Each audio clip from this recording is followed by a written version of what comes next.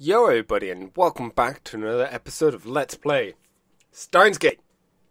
Last left off, we had just finished Seven's ending? What? No.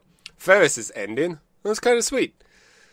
It was nice that we was able to save everyone, but it cost us everyone's memories, essentially. However, nothing stopping us from becoming Dao and Mayuri's friends once again. Anyways, that's not what's happened here. As we sent the demo back in order to essentially have Ferris's dad die and go back to the original timeline. My head spins. I feel faint. Slowly the world resets itself. I've teleported to the lab development room. Ferris is standing next to me. Oh? Wiedenstein is telling me that the world line has changed. Additionally, the injuries from the viral attackers inflicted on my body have vanished, so is the pain. Ferris is standing in the center of the room, looking around. The tears that were in her eyes just a moment ago are gone. Kyoma, do you know where Ferris's phone went? Just a moment ago, Ferris was fighting to hold back her tears, but that Ferris is no more. In her place, the usual cute, cheerful Ferris, with an impish smile on her face. I look at the phone in my hand. It's not my phone, but one with several cute, girly cat doll straps attached. Can I see it? Oh, that's our phone. Here's your phone. Yeah? Ferris walks up to me with a teasing smile on her face. She pokes my finger with her index finger. Kyoma, do you see what's inside now? Firstly, Ferris gently takes her phone from my hand. If you did see it, then please forget about it now. Can't let that cat out of the bag now, or else they will awaken. Come on, Kyoma. You're supposed to say something like, "Who the hell are they?" or something. I'm sorry. Before we sent the demo, Ferris said she didn't want to forget. And I lied that she would surely remember. Kyoma's acting weird, yeah? You usually act all pompous and, yeah? I embrace Ferris suddenly, pulling her to me as tightly as I can. I'm sorry. Ferris remembers nothing. Nothing about her victory at the Vinet tournament. Nothing about our escape from the viral attackers. Nothing about her father riding up in a limousine to save her. Nothing about how we talked her alone in her bedroom. Nothing. She remembers nothing. Everything that happened on that world line wasn't done. What happened to that world line? I don't know. Maybe, like Suza said, it still exists as another possible world line. Or maybe it ceased to exist the moment I sent the demo. You'll have to be a god to observe each and every world line, so it's pointless to worry about it. But one thing is clear. I can never return to that world line again. Ferris can never see her father again. Kyoma, this is really bored of you. Marushi's in the next room. She'll find out, you know? I'm sorry. The only thing I could do is apologize. On this world line, Mayuri invited Ferris to come hang out at the lab. Apparently she came to see a costume Mayuri had made. And we got mail from Mayuri. Katie-chan had a fight with her boyfriend. How do I get them to make up? Marushi's never had a fight with anyone, so I think it's mysterious. I couldn't fight with the person I like. Right. Since when do you have someone you like? I figured you'll put food before romance. Yes, it is mysterious. Why are people so cruel to each other?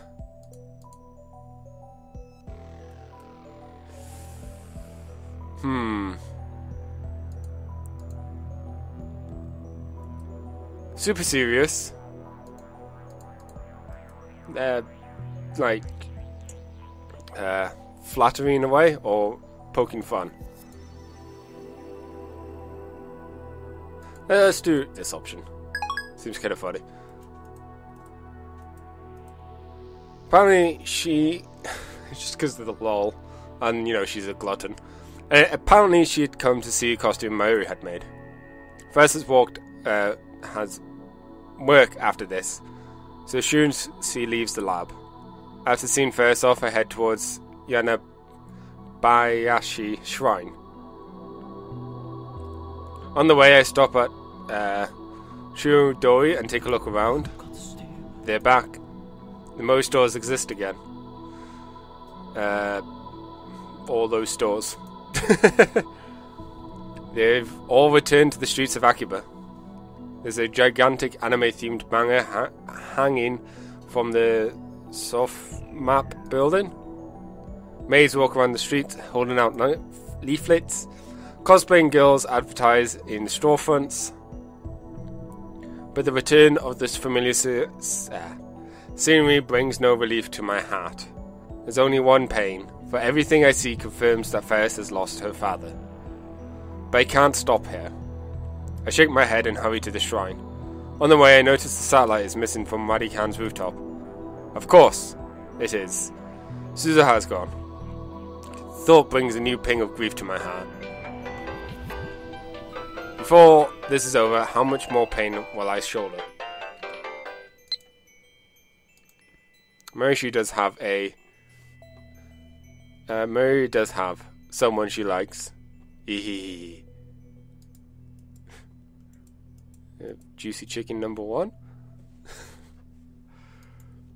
I just noticed the cat up there. It's kind of cute. I pass beneath the archway and enter the silent courtyard. I walk up to the main building and jab at the intercom. After a few presses, I get a reply.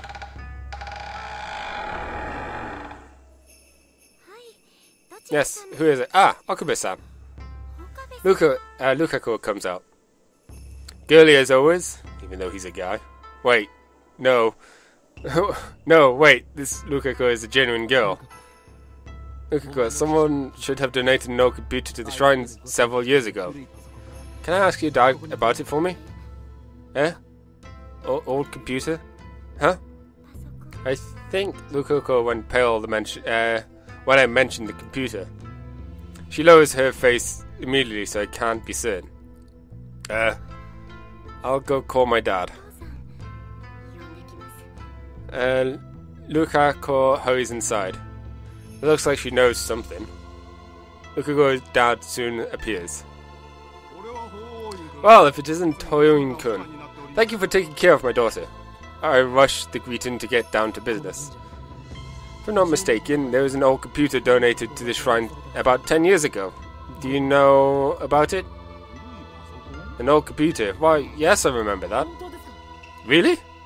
Yes, finally. I've returned to the world line with the IBN 5100. Please, I need to see it. Sure, please wait here. Luca's dad heads inside this sanctuary in the back.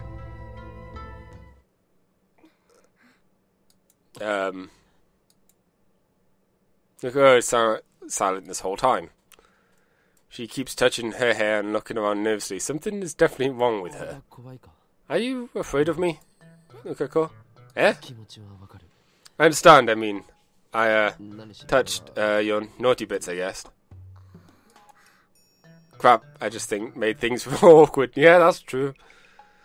I didn't have to say it like that. I'm not afraid of you, Okabe-san. It's just, that was really embarrassing though. Sorry. Okay. By the way, do you know about the IBN 5100? No? Luca shakes her head in an unnatural way. I've never heard of it. But when I called you before, it sounded like you knew about it. No, Lukago is looking more and more uncomfortable. Maybe I'm pushing it too hard. I should back off. I did a terrible thing to this girl. So it might be best if I stop treating her as my disciple. I need to treat her like a lady from now on. If I don't, I could get sued for sexual harassment or charged with attempt rape or indecency or something. But how exactly do I treat her like a lady anyways?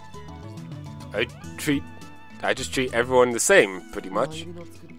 So, you're not going to wear the costume Mayuri made? No. Because it's embarrassing? Yes. Why is this girl so lacking in confidence?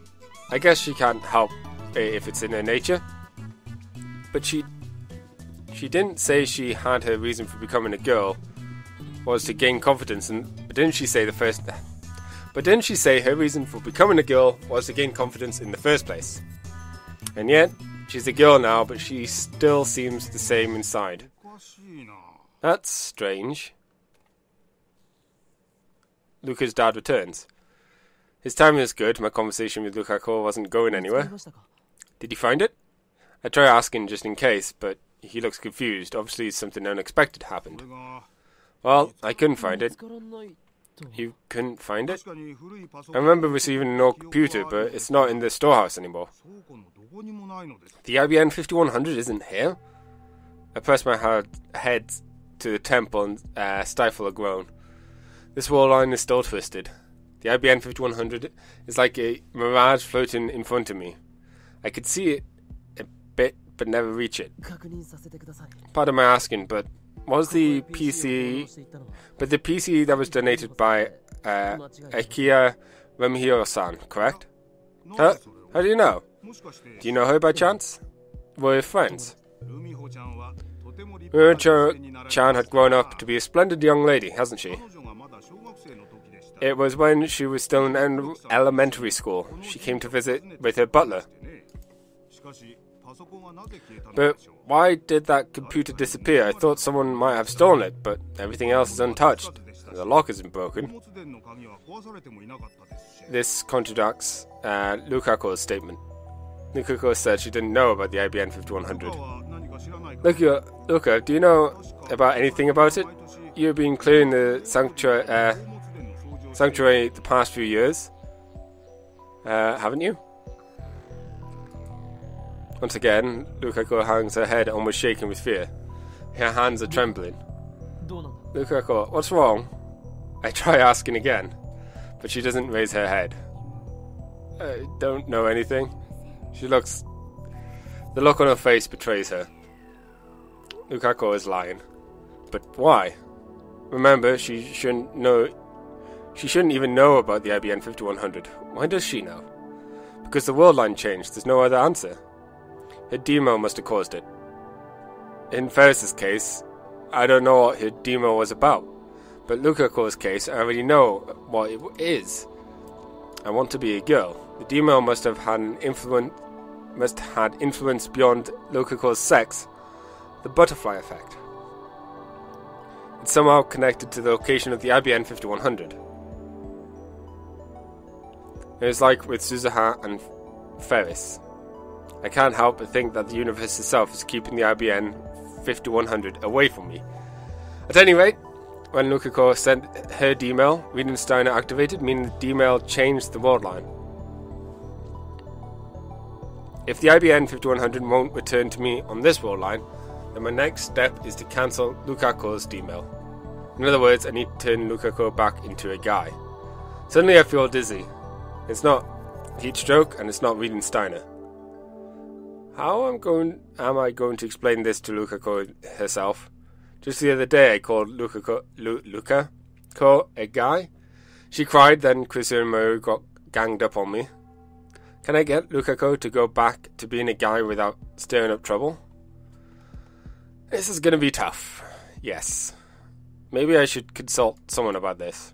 At first I considered consulting Krisu, but I don't think I should talk to a girl this time. Let's think a little. I visit Tanuji's house. The divergence meter is here. I need to know what it says. Councillor's first demo appeared to have raised the value by about 0.05%. Little by little, I'm approaching the goal of 1% divergence. The number gives me courage. Afterward, Tanuji recounts his memories of Hashida's Suzu, just as he did on the previous world line. I still until he's finished.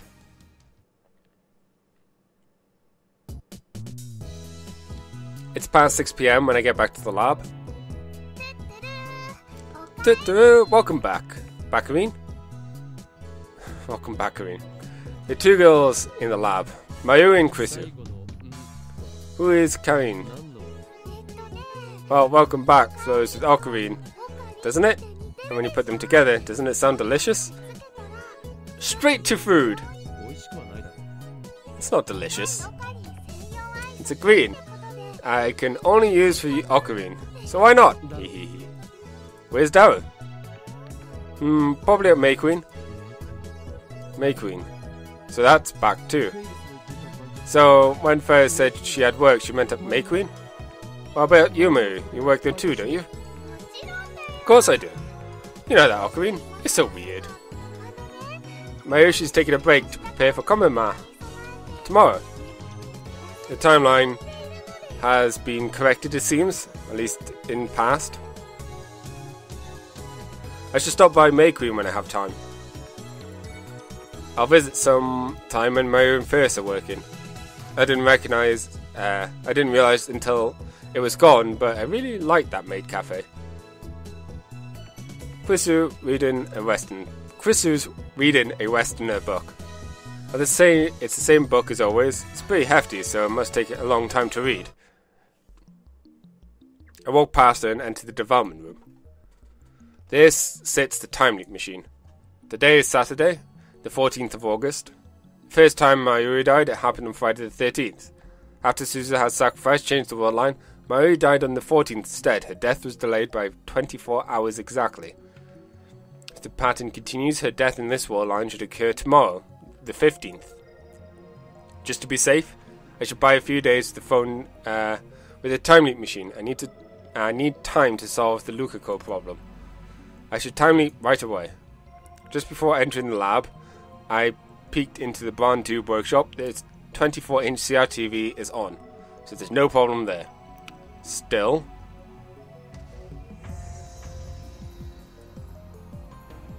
I'm just gonna make a quick save.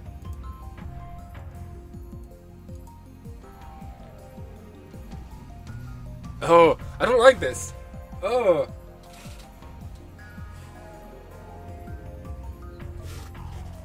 Okay, let's see.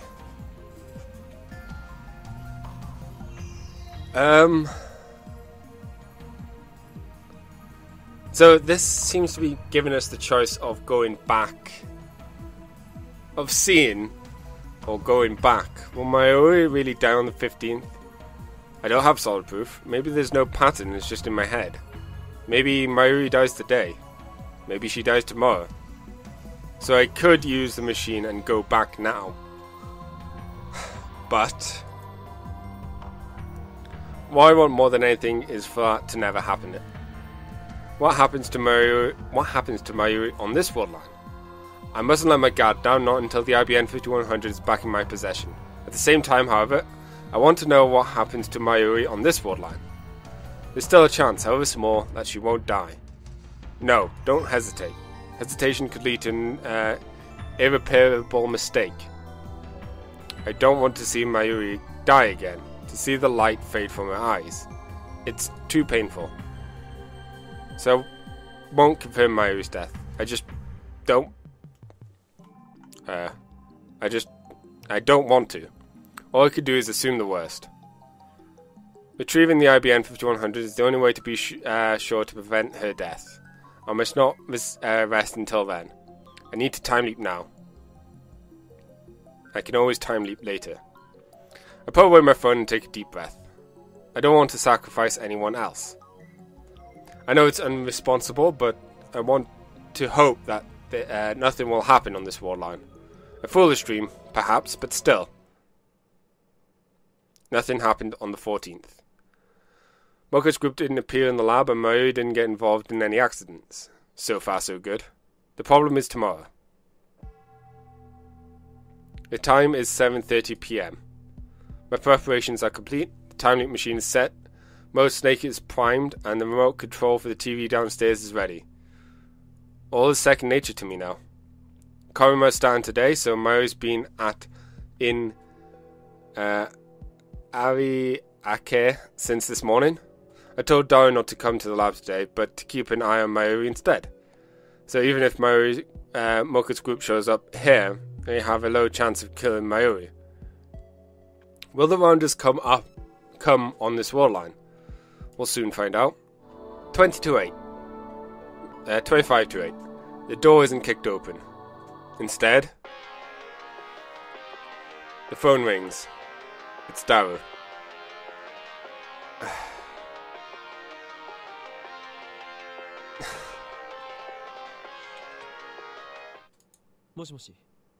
Hello, Daru?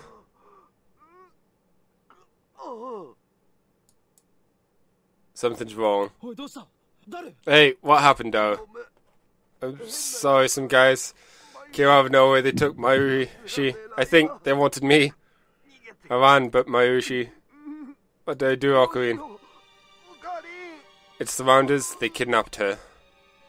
And they probably killed her. To them, Mayuri is expendable. I grind my teeth in frustration. It didn't work. I haven't averted Mayuri's death. I tossed Mode Snake onto the couch. The preparations were a waste. Mayuri died somewhere else. I hurry up and walk to the development room. I won't let you kill Mayuri. And so once more I send my memories to the past. I wonder if that was one of the phone calls that he would have picked up eventually.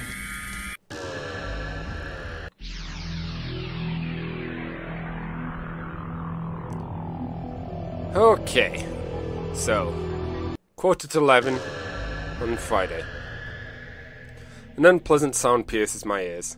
My vision ripples, my flesh and my soul momentarily feel separate. I grab my right wrist and close my eyes. Take deep breaths and wait for my pulse to return to normal. Whew! The worst is over. All that's left is a headache. Now I have my answer. Mayuri's death is still fixed, just as in my heart I knew it would be. My chance merely delayed it. The change merely delayed it by another 24 hours. I need to cancel Lukako's D-mail. I sit down in the pipe chair and try to come up with a plan. Nothing. I've been searching for a way to tell Lukako the truth, but every mental simulation I run ends with her in tears. I suppose that's to be expected. After all, I've seen it happen once. I mistook Lukako for a guy, and she ended up in tears. I mean, Lukako cries about just about anything. To broach the topic now would be like poking an open wound. Damn. Looks like I have no choice but to ask Krisu. She's a girl, so she can understand how Lukako feels. Maybe. I call Krisu out to the bench in front of the Bond Tube workshop. We're alone. This seems serious. Yes, I have a difficult problem that requires delicacy to resolve. Delicacy? That's like the exact opposite of what anyone expects from you. That's why I want to ask a girl. Plus, you're my assistant, so I need you to save my ass this instant. Oh no, no. Why do you need to talk to a girl anyway? I give her the rundown, including how many times I've time left and what happened with Suzuhan Ferris. How many times I've explained this to her by now. This time she believes me more readily than I expected.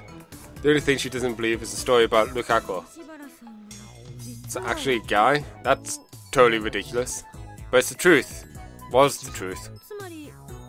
So basically, she wrinkles her brow in thought. She wrinkles her brow in thought.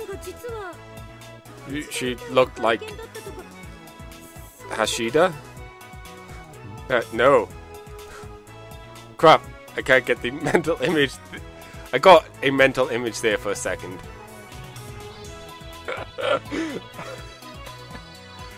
Judging by her expression, so did Krisu. We grimace. Unacceptable, there's no way such a cute girl was a guy. Hey, hold your horses. I never said that Lukako looked like a guy. He actually looked pretty much the same, but was always he was always androgynous. I know the word! Androgynous. So much that you couldn't help but think he was secreting excess female hormones or something. As a result, I didn't notice when Lukako became a girl at first, and made a fatal mistake. He looks the same she does now? Krisu's gaze widens a bit. Acceptable. What? What was with that blush as well? Anyway, you want to turn her back into a guy. Unless we do, Mayuri dies. Mayuri's life is tied to Ushibara's gender. That's so crazy it doesn't seem real at all. Have you come up with a solution? Of course. I'll have Lukako turn back into a guy. I don't know if she's going to accept that. Appreciate that. That's why I'm consulting you, so I can find a way to do this while hurting her the least. I take a mouthful of Dr. P in vain attempt to quench my frustration. If only I hadn't been so careless. I shouldn't have let so many people send D-mails. This is my punishment. I must shoulder the pain everyone who used D-mail. Suzaha first, and now Lukako. Forget won't change anything. There's only one piece of advice I can give you. Christina sighs, blowing her bangs. Don't say anything to Urashibara-san. What do you mean? Based on what you told me, you have the advantage this time. You already know the contents of the D-mail. So you don't have to tell him, him. You don't have to tell Ushibara-san. Just send the cancellation D-mail. You mean pose as Lukako and send the mail to her mother myself? If the world line changes, then that will all be undone. In which case, ethical concerns don't really matter. The end justifies the means, a philosophy worthy of a scientist. Just one problem. I don't know her mother's pager number. What? Are you an idiot? Why didn't you write it down? I didn't think I would need it. Krisa clicks her tongue. She rubs her brow with her fingers while muttering and thinking. What if you just asked for the pager number directly? Think up a good excuse. That's going to look suspicious. Why are you so scared of? It's not like the vain of arrogant... That's not the vain and arrogant Okabe, no? Vain and arrogant? That wasn't called for. I don't have time to be hoeing Kyoma now. Just make up some nonsense like you always do. I mean, you know how gullible she is, right? Wow, I hate myself for saying that. I'm a bad girl. Krisu hangs her head. Maybe I should just tell her the truth. Sincerity will work better than underhanded tricks, I think. A mad scientist, sincere? That's a good one. It's more like to say, I'll brainwash her. Mwahaha. I'm being serious, damn it. I will shoulder Lukaku's pain. That's my responsibility. When I cancel that D-mail, the fact that she was a girl would be undone. I'll be the only one who will carry that burden. So, what are you talking to me for? Go to her now and tell her what you told me. Yeah, You're right. That's my only choice. As always, there are only a few worshippers at the shrine. I guess that's how it can keep its dignified silence, even though there's less than a 10-minute walk from Akibara Station. Oh, this is going to get awkward, I can feel. And I think this would be a good place to end this episode. Thank you all for watching, and I'll catch you in the next episode where we talk to Luca and tell her we want to turn her back into a guy, so then we will save Mayuri. This is going to be one of the most weird conversations we've had. Probably. Well, till then everybody. Bye!